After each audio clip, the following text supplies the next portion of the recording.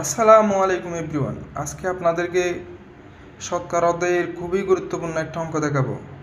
প্রশ্নে বলা হয়েছে একটি বিদ্যালয়ের দ্বিতীয় শ্রেণীতে মোট 40 জন শিক্ষার্থীর মধ্যে 12 জন ছাত্রী, মোট শিক্ষার্থীর কত শতাংশ ছাত্র?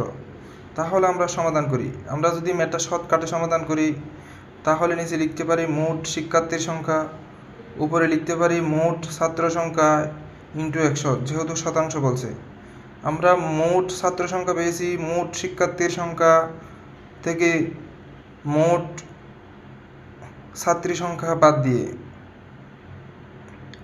আমরা যখন মোট শিক্ষার্থীর সংখ্যা 40 থেকে মোট ছাত্রী সংখ্যা 12 বিয়োগ দেব তাহলে হয় 28।